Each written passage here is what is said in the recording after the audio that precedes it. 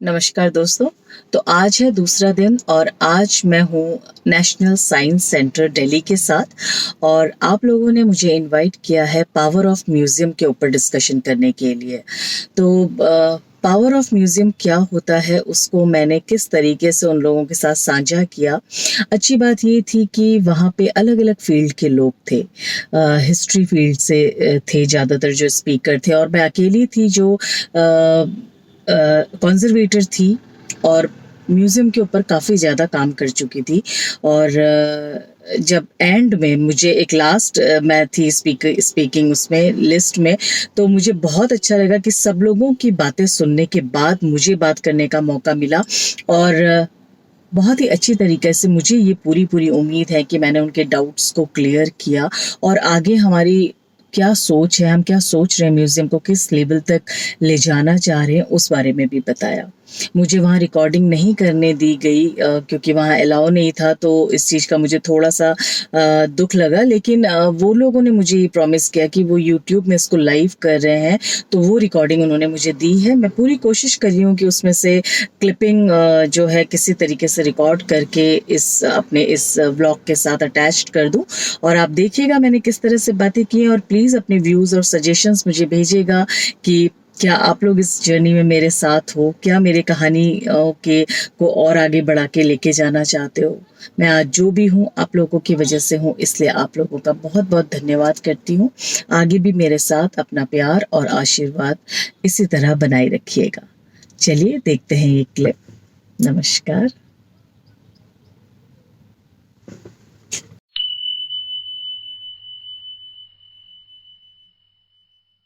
Bring about changes in the society. और पहले जैसे म्यूजियम्स थे, पैसिव ऑब्जेक्ट्स थे, वी हैव टू बस उनके सामने खड़े होकर हमको देखना है। तब से और अब में क्या फर्क आया है कि ज्यादा इंटरैक्टिविटी बढ़ गई है और डिजिटलाइजेशन ने क्या क्या चेंजेस हमें ऑफर कर रहे हैं इस नए युग में। तो थोड़ा बताएं कैसे हमें इस परिवर्तन को लोगों ने किस तरह से परसीव किया है, whether they are happy with that or they still want more, और ये how we can increase their footfall to the museums. हम्म, सबसे पहले तो thank you so much sir मुझे इनवाइट करने के लिए आप सभी का। तो एक क्वेश्चन मैं पूछना चाहती हूँ कि यहाँ म्यूजियम फील्ड से हम कौन-कौन हैं? कम है, ठीक है। तो एक कॉन्सेप्ट क्लियर करना चाहूँगी मैम, आपका भी आंसर है उसमें। सो जो हम म्यूजियम की एक दुनिया होती है, उसके अंदर हम 4 लोग मिलके काम करते हैं। सबसे पहले आर्कियोलॉजिस्ट जो खुदाई करके लाता है, जो ढूँढ के लाता है ऑब्जेक्ट को। फिर होते हैं हम कॉन्जर्वेटर्स जो डॉक्टर कहलाते हैं हेरिटेज के, क्योंकि हमारा काम होता है उन ऑब्जेक्ट को आर्कियोलॉजिस्ट से लेना। उसके बाद उनकी बीमारियों को पहचाना, क्योंकि इतने सालों से या तो वो कहीं दबे हुए हैं या वो कहीं बहुत बुरी तरह से रखे गए हैं, उनकी हालत ठीक नहीं है। तो हमारे अपने साइंटिफिक तरीके होते हैं, हमारे मैनुअल तरीके होते हैं ऑब्जर्वेशन करने के, उनकी बीमारियों को पता करने के।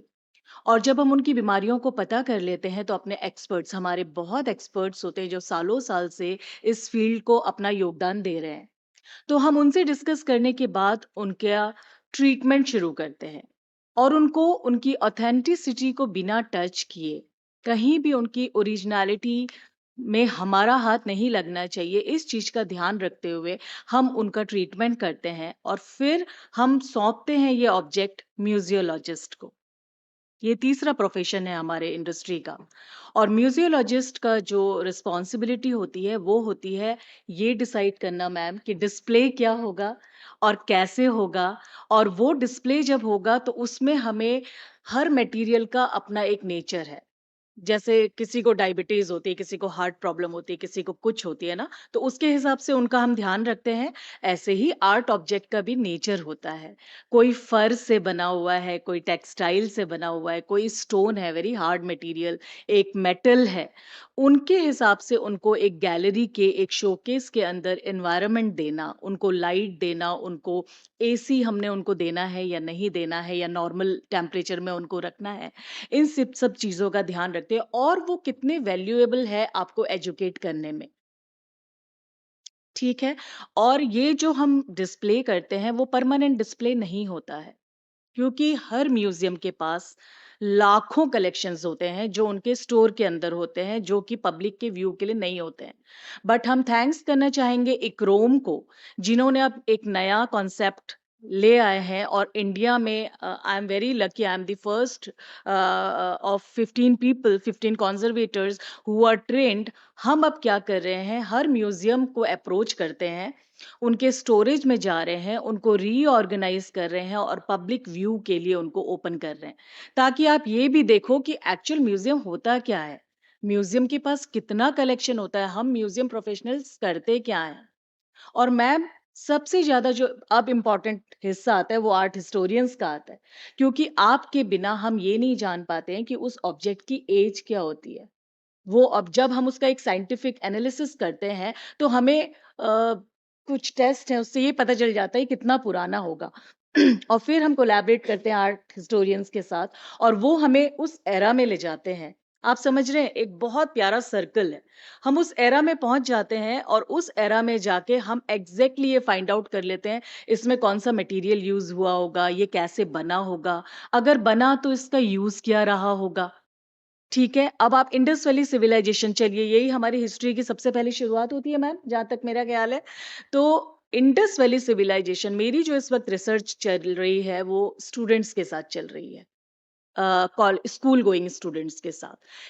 हिस्ट्री से भागते हैं बच्चे। मैम, एग्री करोगे आप, शायद थोड़ा सा हिस्ट्री से परेशान इसलिए होते हैं क्योंकि वो कहते हैं हमें बहुत डेट, मैंने बहुत रिसर्च की इसमें, बच्चों का कहना ये था मैम बहुत याद करना पड़ता है, हमें चीजें हम भूल जाते हैं, हम एक ऑब्जेक्ट को याद नहीं करते हैं, दूसरा आ जाता है, हमको कंफ्यूजन होता है, हमसे डेट्स याद नहीं होती है।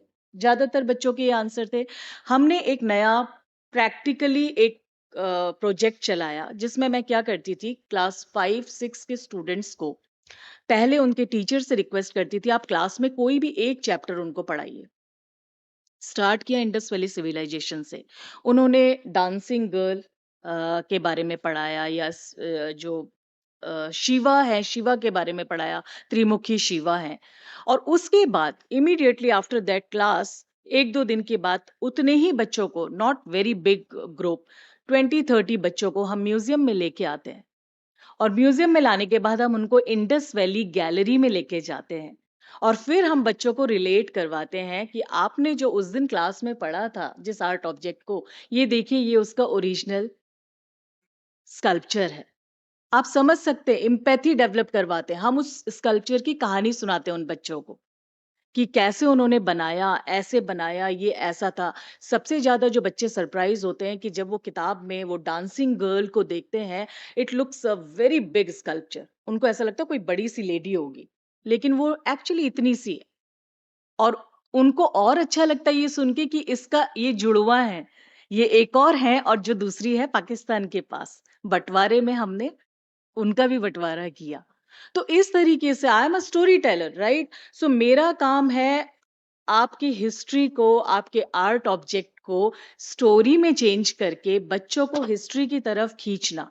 And I am very happy that I am doing good job, और मुझे उसके रिजल्ट्स बहुत अच्छे मिल रहे हैं। तो मेरे हिसाब से पावर ऑफ म्यूजियम तो अ, बहुत ही ग्रेट है। वो सीधे सीधे आपको पास्ट में ले जाता है, पास्ट से आपके प्रेजेंट से उसको कनेक्ट करता है, और आपको ये अंदाजा हो जाता है कि फ्यूचर क्या। और मुझे ये जान के भी खुशी होती है कि जब से मैं इस प्रोफेशन में आई हूँ, पास्ट 24 ईयर्स से, मुझे चीजों को संभालना समझ में आ गया है। मैंने अपनी दादी नानी, मैं उत्तराखंड को बिलोंग करती हूँ, और हमारे उत्तराखंड के जो आर्ट ऑब्जेक्ट्स होते हैं वो होते हैं जैसे आपकी शादी में आपको एक श्रृंगार दान मिलता है मेटल का। तो अपनी दादी-नानी से मैंने वो छीन लिया। मैंने कहा मुझे गहने मत देना, मुझे कुछ मत देना, मुझे ये बक्सा दे दीजिए आप अपना। एक पेटी मिलती है शादी के टाइम में, मैंने वो पेटी, मुझे पता है कि आज मैं पढ़ा रही हूँ, आज मैं पढ़ रही हूँ या इस प्रोफ़ेशन में हूँ, लेकिन आज से 100 साल बाद मैं भी हिस्ट्री बनूँगी, और मुझे भी लोग समझेंगे क्योंकि मैंने अपनी हिस्ट्री को संभाल के रखा। तो मैम 2 तरीके से हिस्ट्री हम डिवाइड करते हैं। एक होती है रेयर, एक होती है जो ऑनगोइंग है। जैसे आप कह रहे हैं ना मोनोटोनस हो जाता है, या जैसे आपने भील म्यूज़ियम देखा होगा। कई बारी क्या होता है मैम, कोई आर्ट बिल्कुल डाइंग स्टेज में है। हो सकता है जो आपने भील म्यूजियम देखा, आई एम नॉट श्योर, हो सकता है कि वो बिल्कुल डाइंग स्टेज में हो। वो जो जो भी आपने उसके अंदर शायद उनके कॉस्ट्यूम्स देखे होंगे या उनकी आपने ज्वेलरी देखी होगी, हो सकता है वो कंटिन्यू नहीं कर रही है यंग जनरेशन। कई बारी यंग जनरेशन नहीं पार्टिसिपेट करती है हिस्ट्री को बचाने में। दे आर गोइंग आउट, वो इंडिया से बाहर जा रहे हैं, वो इंडियन कल्चर से इतना, क्योंकि कहते हैं ना जब आपके पास कोई चीज बहुत ज्यादा हो जाती है, आप उसकी वैल्यू करना बंद कर देते हो। वो बच्चे अभी प्रभावित प्रभावित हो रहे हैं बाहर से।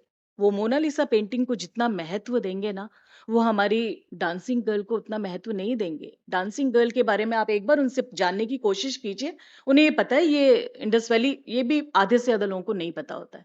लेकिन आप उनसे मोनालिसा के बारे में पूछिए, अभी तो मोनालिसा को लेके बहुत सारे वर्जन्स भी बनने लगे हैं। देख रहे हैं तो अभी कोरोना के टाइम में अगर आपने देखा होगा, कोरोना हो गया था मोनालिसा को, है ना? मोनालिसा को बहुत सारी चीजें हुई, हमारी डांसिंग गर्ल को क्यों कुछ नहीं हुआ? कहीं ना कहीं हम लैग कर रहे हैं। हम जो प्रोफेशनल, हमें ये कहने में बिल्कुल भी हिचक नहीं होनी चाहिए, वी आर रिस्पॉन्सिबल। हमें बच्चों से नहीं उम्मीद करनी है, हमें बच्चों को खींचना है उस तरफ। और उसके लिए हम क्या कर रहे हैं, हम कितना योगदान दे रहे हैं अपना। आई am doing and I am proud of it. मैं एक प्रोफेशनल हूँ, मेरा सुबह 9 से लेके शाम 5 बजे तक ऑफिस में हेक्टिक शेड्यूल रहता। मैं एक कंजर्वेटर हूँ, प्रैक्टिकल काम करती हूँ, लेबरों की तरह काम करती हूँ। हम बिल्कुल डांगरी पहन लेते हैं, ग्लव्स, मास्क सब लगा के हम बिल्कुल पत्थरों के बीच में मूर्तियों, पेंटिंगों और किताबों के बीच में चले जाते हैं। बिल्कुल फटी पुरानी कीड़ों से भरी हुई किताबों के बीच में हम काम कर रहे होते हैं। लेकिन 5 बजे से के बाद और सुबह 9 बजे से पहले मैं एक यूट्यूबर हूँ, मैं एक एजुकेटर हूँ, जिसका ध्यान सिर्फ़ और सिर्फ़ अपने देश की कला को आगे बढ़ाना है, अपनी संस्कृति को आगे पहुंचाना है। मैं आईजीएनसीए में काम करती हूँ और आईजीएनसीए ने मुझे बहुत मौके दिए हैं फॉरेनर्स के साथ डील करने के लिए। हमारी बहुत वर्कशॉप्स होती हैं, हमारी बहुत कॉन्फ्रेंसेस होती है, हम डायरेक्टली उनसे कनेक्टेड रहते हैं। आपको ये जान के हैरानी होगी, मैं उनसे उनके बारे में कम पूछती हूँ, मैं उन्हें अपने बारे में ज़्यादा बताती हूँ। और सबसे अच्छी जो बात है इन 24 सालों में मैंने देखी कि जब मैं स्टूडेंट थी, एक भी अगर कोई बाहर से हमें वर्कशॉप देने आ जाते थे सर, कोई भी विदेशी, हम बड़े एक्साइटेड हो जाते थे। Oh my God! अंग्रेज़ आया है। आप बिलीव नहीं करेंगे, अब हमें बुलाया जाता है। Now they want to come here, please हमें ट्रेनिंग दो। आज हमारे पास इंटर्न्स में अगर आप देखोगे 10 इंडियन है तो 20 बाहर के लोग हैं, and from each and every country they come here, they learn Hindi also, they eat our food. सब कुछ करते हैं, बस उनको हमारी संस्कृति के बारे में जानना है, and most of them are converting themselves to Hindu. तो आप समझ सकते हैं कितने स्ट्रांग बैकग्राउंड से आते हैं हम लोग। So we should feel proud of it and we should do something for India. फिर हम कोई भी कमी निकालने के लिए तैयार है। पहले हमने ये देखना है हमने अपना कितना पार्ट अदा किया, हम कितने सक्सेसफुल हुए, हमने कितने लोगों को खींचा अपनी भारतीय संस्कृति की तरफ वापस, फिर हम क्वेश्चन कर सकते हैं। तो थैंक यू सर।